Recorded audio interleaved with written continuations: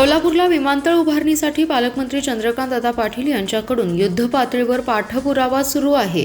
सध्या विमानतळाची जागा राज्य औद्योगिक विकास महामंडळाकडे असून राज्य शासन ही जागा विमानतळ उभारणीसाठी देणार आहे। विमानतळाच्या धावपट्टीसाठी जागा अपुरी पडत आहे। कमी पडणारी जागा ही खरेदी करून देणार आहे। केंद्र व राज्य शासनाच्या मदतीने या ठिकाणी विमानतळ उभारणीचा सर्वे आणि प्रस्ताव हा अंतिम टप्प्यात असल्याने केंद्रीय नागरी विमान वाहतूक राज्यमंत्री मुरलीधर मोहोळ यांनी सांगितले। प्रस्ताव प्राप्त होताच विमान मंत्रालयामार्फत पात्रता आणि सर्वेसाठी युद्धपातळीवर हालचाली करू असंही ते म्हणाले। संजय भोकरे ग्रुप ऑफ इन्स्टिट्यूटमध्ये ऑल इंडिया जर्नलिस्ट असोसिएशनच्या वतीने आयोजित पुरस्कार वितरण समारंभानंतर केंद्रीय राज्यमंत्री मोहोळ यांनी पत्रकारांशी संवाद साधलाय। केंद्रीय मंत्री मोहोळ म्हणाले, कौलापूर विमानतळाबाबत सांगली जिल्ह्याचे पालकमंत्री चंद्रकांत पाटील हे प्रयत्नशील आहेत। जिल्हाधिकारी यांच्याकडून ही माहिती घेतली आहे। राज्य शासनाने वाढीव जागा मिळाल्यानंतर या विमानाचं काम राज्य सरकार MIDCच्या माध्यमातून करणार आहे की AIच्या माध्यमातून करणार आहोत याचा निर्णय होतो। पालकमंत्र्यांशी माझं बोलणं सुरू आहे। MIDCच्या माध्यमातून भूसंपादन लवकरच सुरू होईल। MDCने केंद्र सरकारने एक प्रस्ताव या संदर्भात ओलेस सर्वेसाठी पाठवायचा आहे। MDCच्या माध्यमातून प्रस्ताव तयार करण्याचं काम सुरू आहे। लवकरात लवकर राज्य शासनाच्या माध्यमातून आमच्याकडे येईल। ओवेलेस सर्वे फिजिबिलिटी सर्वेसाठी एक टीम येईल असंही त्यांनी सांगितलं। जिल्हा परिषदेत सत्ता स्थापन करण्यासाठी राजकीय पक्षांकडून हालचाली गतिमान झाल्या आहेत। भाजप आणि महाविकास आघाडीच्या नेत्यांकडून एकनाथ शिंदे यांच्या शिवसेनेशी संपर्क साधला जातोय। सत्तेसाठी एकत्रित येऊन काम करू अशी विनंती करण्यात येत आहे। मात्र सेनेने आपली भूमिका गुलदस्त्यात ठेवली असून आमदार सुहास बाबर उपमुख्यमंत्री एकनाथ शिंदे यांची भेट घेणार आहेत। जिल्ह्यातील राजकीय समीकरणे आणि पाठिंब्याबाबत चर्चा करतील। दरम्यान महाविकास आघाडीच्या नेत्यांची सत्ता स्थापनेबाबत मुंबईत रविवारी बैठक होणार आहे। जिल्हा परिषद निवडणुकीत महाविकास आघाडी आणि भाजपाला या दोघांनाही सत्तेसाठी बहुमत मिळाले नसल्याने सत्ता स्थापन करण्यात अडचणी येत आहेत। भाजप आणि आघाडीकडून शिवसेनेशी संपर्क साधण्यासाठी गळ घातला जातोय। सेनेकडे 7 जागा आहेत, त्यामुळे आमदार बाबर यांच्याशी दोन्ही गटाचे नेते संपर्क साधत आहेत। एकत्रित येऊन काम करण्याचा आग्रह धरला जातोय। मात्र सेनेकडून कोणतीही भूमिका स्पष्ट करण्यात आलेली नाही। निवडणुकीत आटपाडी आणि खानापूर तालुक्यात जाणीवपूर्वक त्रास देण्यात आला होता, त्यामुळे भाजप नेत्यांविषयी सेनेची नाराजी असल्याचं स्पष्ट दिसतं। सेनेची भूमिका स्पष्ट करण्यापूर्वी आमदार बाबर हे उपमुख्यमंत्री शिंदे यांच्याशी सोमवारी अथवा मंगळवारी भेट घेणार आहेत। त्यांच्याशी सविस्तर चर्चा करतील। दरम्यान सत्तेत सेनेची भूमिका महत्त्वाची ठरणार असल्याने अध्यक्षपदाचा दावा केला जात असल्याची चर्चा आहे। भारत हा जगात सर्वाधिक तरुणांचा देश आहे। पंतप्रधान नरेंद्र मोदींच्या मार्गदर्शनाखाली 2047च्या विकसित भारताचा संकल्प ठेवून वाटचाल सुरू आहे। त्यानुसार make in India, skill India, विकसित भारत, कौशल्य विकास, आत्मनिर्भर या योजनांद्वारे प्रगतीची यशोशिखरे गाठण्यासाठी प्रयत्न करूया। सर्वजण मिळून विकसित भारताचे पाईक होऊया असं आवाहन केंद्रीय विमान उड्डाण व सहकार राज्यमंत्री मुरलीधर मोहोळ यांनी केलंय। अध्यक्ष संजयजी भोकरे यांच्या मार्गदर्शनाखाली अंबाबाई तालीम संस्थेअंतर्गत संजय भोकरे ग्रुप ऑफ इन्स्टिट्यूटची क्रीडा शैक्षणिक क्षेत्रात घोडदौड सुरू आहे असंही ते म्हणाले। मोहोळ यांच्या हस्ते ऑल इंडिया जर्नलिस्ट असोसिएशन दिल्लीच्या वतीने न्यूज 18 मराठी या वृत्तवाहिनीचे मुख्य संपादक मंदार फनसे, आंतरराष्ट्रीय शरीर सौष्ठवपटू सुहास खामकर, अभिनेते सलमान खान यांचे प्रसिद्ध सुरक्षा रक्षक गुरमीत सिंग उर्फ शेरा, भारती क्रिएशन प्रायव्हेट लिमिटेडचे संचालक श्रेयस ओवळकर तसेच खाद्य उद्योजक अमित गोखले यांना बिझनेस एक्सलन्स पुरस्कार 2025 या पुरस्काराने गौरवण्यात आलं। तसेच SBGIच्या सौहार्द 2026च्या वार्षिक स्नेहसंमेलनाचे मोहोळ यांच्या हस्ते उद्घाटन करण्यात आले। यावेळी ते बोलत होते। कार्यक्रमाच्या अध्यक्षस्थानी असोसिएशनचे राष्ट्रीय अध्यक्ष अशोकभाऊ वानखेडे उपस्थित होते। यावेळी महापौर धीरज सूर्यवंशी, संस्थेचे अध्यक्ष संजयजी भोकरे, संस्थेचे उपाध्यक्ष आणि डिजिटल मीडियाचे प्रदेशाध्यक्ष सिद्धार्थ भोकरे, गव्हर्निंग संस्थेच्या कौन्सिलचे संचालक डॉ. विनोद परमशेट्टी, उद्योजक इंद्रजित घाटे आदी प्रमुख उपस्थित होते। मोहोळ म्हणाले, मिरज शहराला एक सांस्कृतिक वारसा आहे, ऐतिहासिक मोठी परंपरा आहे। छत्रपती शिवाजी महाराज आणि छत्रपती संभाजी महाराज यांच्या महान इतिहासाची साक्ष देणारी ही मिरज नगरी आहे। तसेच पटवर्धन संस्थांचा गणपती हा धार्मिक वारसा जपणारं हे शहर आहे। शास्त्रीय संगीताचा मोठा वारसा आहे। या जिल्ह्याने सर्व क्षेत्रातील दिग्गजांची देण दिली आहे, ज्यांनी देशाच्या नावलौकिकात मोठं योगदान दिल्याचंही त्यांनी सांगितले. महावितरणाची आर्थिक स्थिती अतिशय गंभीर असून चालू वीज बिल आणि थकबाकी वसुलीचं उद्दिष्ट 100% साध्य करा. त्यामुळे ग्राहकांनी वापरलेल्या प्रत्येक युनिटच्या वीज बिलाची वसुली करा. ग्राहकांना अखंड वीज पुरवठा देण्याच्या दृष्टीने वीज यंत्रणेची नियमित देखभाल दुरुस्ती करा, असे आदेश महावितरणाचे कार्यकारी संचालक दत्तात्रय पडळकर यांनी दिले. महावितरणाच्या सांगली मंडल कार्यालयातील प्रशिक्षण सभागृहामध्ये सांगली व कोल्हापूर जिल्ह्यातील अधिकाऱ्यांच्या आढावा बैठकीत ते बोलत होते. या प्रसंगी कोल्हापूर परिमंडलाचे मुख्य अभियंता स्वप्नील काटकर, अधीक्षक अभियंते अमित बोकील, गणपत लटपटे, सहाय्यक महाव्यवस्थापक विजय गुळदगड व सर्व कार्यकारी अभियंते उपस्थित होते.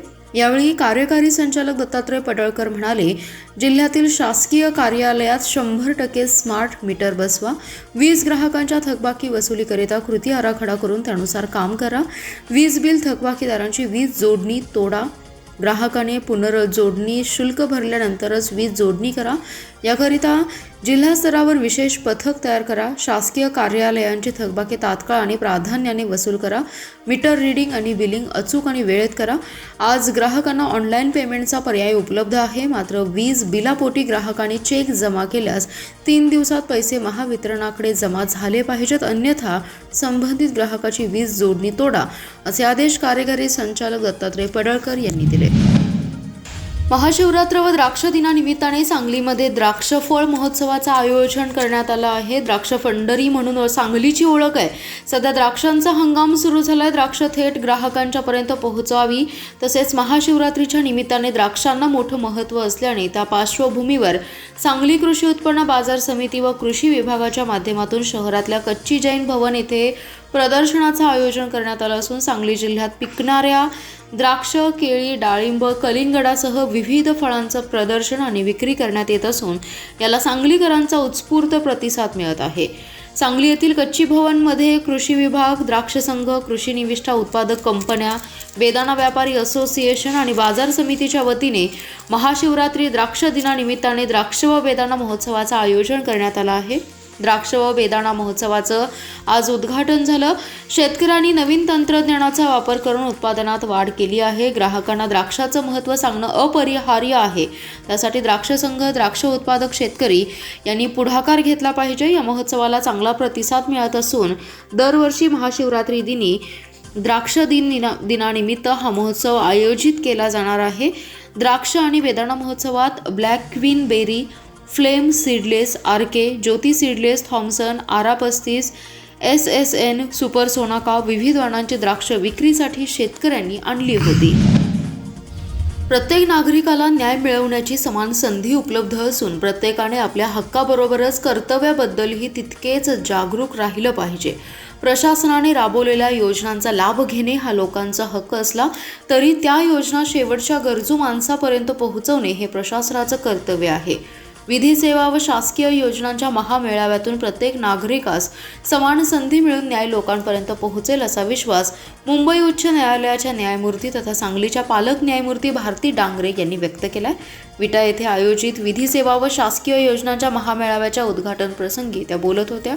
जय माता दी मंगल कार्यालय येथे आयोजित या महामेळाव्यास मुंबई उच्च न्यायालयाचे न्यायमूर्ती तथा सांगलीचे पालक न्यायमूर्ती सोमशेखर सुंदरसेन, प्रभारी प्रमुख जिल्हा व सत्र न्यायाधीश VD निंबाळकर, जिल्हाधिकारी अशोक काकडे, जिल्हा परिषदेचे मुख्य कार्यकारी अधिकारी विशाल नरवाडे, अप्पर पोलीस अधीक्षक कल्पना बारवकर, जिल्हा व सत्र न्यायाधीश क्रमांक 1 तथा खानापूर तालुका विधी सेवा समितीचे अध्यक्ष RR भागवत, जिल्हा विधी सेवा प्राधिकरणाचे सचिव ग कांबळे, तालुका वकील संघाचे अध्यक्ष ॲडव्होकेट V जाधव आदी मान्यवर व्यासपीठावर उपस्थित होते. न्यायमूर्ती भारती डांगरे म्हणाल्या, समाजातील बदलत्या परिस्थितीनुसार विविध कायदे बनवण्यात आलेले आहेत. स्त्रियांचा होणारा शारीरिक आणि मानसिक छळ रोखण्यासाठी हुंडा प्रतिबंधक कायदा, कौटुंबिक हिंसाचार कायदा, महिलांना कामाच्या ठिकाणी होणाऱ्या त्रासापासून संरक्षण देण्यासाठी विशाखा समिती, लहान मुलांवर होणाऱ्या अत्याचारांना आळा घालण्यासाठी पोक्सो कायदा करण्यात आलाय. मात्र न्यायालयात जाण्याची वेळ येऊच नये यासाठी प्रत्येकाने प्रयत्न करण्याबरोबरच समाज घडवण्याची गरजही त्यांनी यावेळी व्यक्त केलेली आहे. मिरज रेल्वे जंक्शनचे मॉडेल स्टेशन आणि मोदी सरकारच्या अमृत योजनेत समावेश करून सुद्धा जंक्शनचा विकास झाला नाही। 2026च्या केंद्रीय अर्थसंकल्पात मिरज रेल्वे जंक्शनचे पुन्हा नव्याने अमृत योजनेत समावेश केलाय, म्हणून या निर्णयाची तात्काळ अंमलबजावणी करण्याची तसेच पुणे आणि बेळगाव स्थानकावर येऊन थांबणाऱ्या गाड्या मिरज जंक्शनपर्यंत सुरू करण्याची मागणी मिरज सुधार समिती आणि रेल्वे प्रवासी संघाने पुणे विभागाचे वरिष्ठ व्यवस्थापक राजेश कुमार वर्मा यांच्याकडे केली आहे। पुणे विभागाचे वरिष्ठ व्यवस्थापक राजेश कुमार वर्मा मिरज रेल्वे जंक्शनच्या परीक्षण दौऱ्यावर आले असता मिरज सुधार समितीचे ॲडव्होकेट ए काझी, अध्यक्ष नरेश सातपुते, उपाध्यक्ष तौफिक देवगिरी, वसीम सय्यद यांच्यासह कार्यकर्त्यांनी वर्मा यांची भेट घेतली। त्यांनी दिलेल्या निवेदनात म्हटलंय, रेल्वे मंत्रालयाने मिरज रेल्वे जंक्शनपासून सुमारे 1 किलोमीटर अंतरावरील कार्डलाईन स्टेशनसाठी 128 कोटी 78 लाख रुपयांच्या निधीला मंजुरी दिली आहे। कार्डलाईन स्टेशनचा विकास आराखडा तयार करताना मिरज रेल्वे जंक्शनचा सुद्धा विकास आराखडा तयार करणं आवश्यक आहे, जेणेकरून आत्ताचे मिरज रेल्वे जंक्शन आणि नव्याने होणारे कार्डलाईन स्टेशन या दोन्ही स्टेशनमध्ये प्रवाशांच्या सोयीसाठी कशा पद्धतीने कनेक्टिव्हिटी असणार आहे हे स्पष्ट होणं आवश्यक आहे। मिरज जंक्शनचा विकास प्रलंबित ठेवून कार्डलाईन स्टेशनचा विकास करणं हे भविष्याच्या दृष्टिकोनातून रेल्वे प्रवाशांची गैरसोय आणि रेल्वेच्या आर्थिक तोट्याचं होणार आहे। रात्री 12 वाजताची मिरज बेल्लारी लिंक एक्सप्रेस सुरू करणे, दुपारच्या सत्रात मिरज पंढरपूर मार्गावर गाडी सुरू करणे, बेळगाव पुणे इंटरसिटी एक्सप्रेस सुरू करण्याबरोबरच Ajmer Bangalore, Ajmer Mysore express, Jodhpur Bangalore express, Gandhidham Bangalore express गाड्यांचे सकाळच्या सत्रात मिरज जंक्शनवरील थांब्याचा कालावधी वाढवण्याची मागणी तसेच मिरज जंक्शनवरील अस्वच्छतेबाबत तक्रारी सुद्धा यावेळी करण्यात आली आहे। ऐन उन्हाळ्याच्या तोंडावर शहरातील स्टेशन रोडवर सावली देणाऱ्या झाडावर महापालिकेने शुक्रवारी कुऱ्हाड चालवली। रस्ता बंद करून या झाडांच्या फांद्या छाटण्यात आल्या, त्यामुळे सांगलीकरांनी नाराजी व्यक्त केली आहे। शहरातील स्टेशन रोडवरील SFC मॉल समोर एक भलं मोठं झाड होतं। पदपथावर ते झाड वाटसरूंना सावली देत होतं, परंतु त्याच्या फांद्यांमुळे धोका निर्माण होऊ नये म्हणून छाटण्याचा प्रस्ताव देण्यात आला। त्यानुसार पालिकेच्या तत्पर अधिकारी व कर्मचाऱ्यांनी तात्काळ ही मोहीम हाती घेतली। आज अख्खा दिवस रस्ता बंद ठेवून या मंडळींनी झाडावर कुऱ्हाड चालवली आहे। महापालिकेला या झाडांच्या फांद्या छाटायच्या असतील तर त्यांनी पावसाळ्यात कुऱ्हाड चालवणं आवश्यक होती। उन्हाळा आता सुरू होणार आहे, त्यापूर्वी झाडांच्या फांद्या छाटल्यात। सांगलीकरांनी याचं शूटिंग करत समाज माध्यमांवर टीकेची झोड उठवण्यास सुरुवात केली। काही पर्यावरण प्रेमींनी त्या ठिकाणी जात काम थांबवण्याचा प्रयत्न केला, परंतु परवानगी असल्याचं सांगून हे काम सुरू ठेवण्यात आलं। याबाबत महापालिकेच्या पर्यावरण अधिकारी अजित गुजराती यांना विचारले असता ते म्हणाले, स्टेशन चौकातील या झाडांचा समतोल ढळला होता, त्यासाठी रितसर परवानगीची प्रक्रिया पूर्ण करून फांद्या कमी करण्यात आल्या आहेत। मूळ झाडाला इजा होणार नाही याची दक्षताही घेतलेली आहे। कुपवाड MIDC मधील एका कंपनीतील मालाची ऑर्डर देऊन त्या मालाचे 19,09,122 रुपये देऊनही माल न देता फसवणूक केल्याप्रकरणी छत्तीसगड येथील Utkarsh Jain Arihant sales network consultant and marketing यांच्या विरोधात कुपवाड MIDC पोलिसात गुन्हा नोंद करण्यात आलाय। याबाबत संतोष शिवकोंडा पाटील यांनी कुपवाड पोलिसात फिर्याद दाखल केली। MIDC मध्ये Bharat electrical contractor and manufacturers private limited या कंपनीच्या वतीने फिर्यादी संतोष पाटील यांनी दिलेल्या ऑर्डर प्रमाणे त्यांच्या GI वायर, स्टे वायर आणि बारबेड वायर असा एकूण 29.98 टन मालाची ऑर्डर दिली होती। हा मालवाहतूक ट्रकमधून 9 मार्च 2025 रोजी सांगलीस फिर्यादी यांच्या कंपनीकडे येत असताना वाटेत बुट्टीबोरी नागपूर येथून भिलाई येथे फिर्यादी यांनी या मालाचे पूर्ण पैसे दिले असताना फिर्यादी यांना माल न देता सायंकाळी 5च्या सुमारास फसवून करण्याच्या उद्देशाने मालाचा ट्रक परस्पर घेऊन जाऊन फिर्यादी यांच्या कंपनीची 19 लाख रुपयांची फसवणूक केल्याची तक्रार कुपवाड पोलिसात देण्यात आली आहे। या प्रकरणी परराज्यातील कंपनीविरुद्ध कुपवाड पोलिसात गुन्हा नोंद करण्यात आलाय। अधिक तपास पोलीस करत आहेत।